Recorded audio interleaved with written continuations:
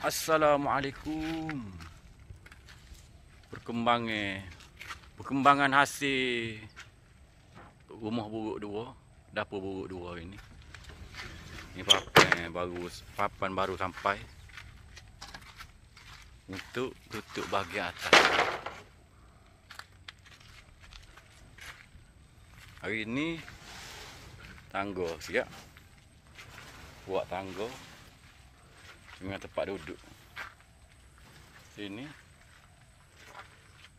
Sana pun dah siap. Kita naik ke atas.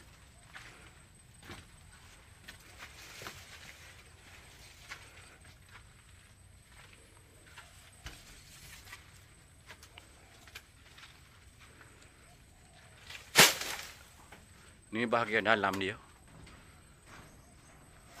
Papan tadi tu untuk kat sini.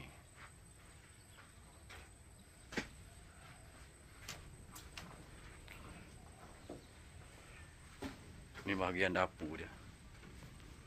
Dapur ni ada sikit je lagi ni. Sikit lagi tacap-tacap dia ni.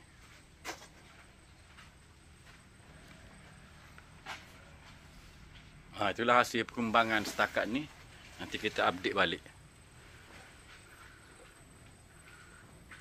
Depan sini pun ada kerusi kat depan ni.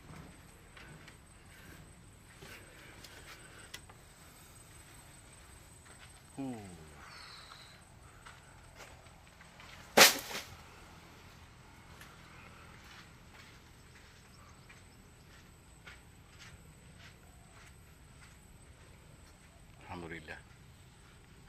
Nanti kita update balik perkembangan terkini selepas ni.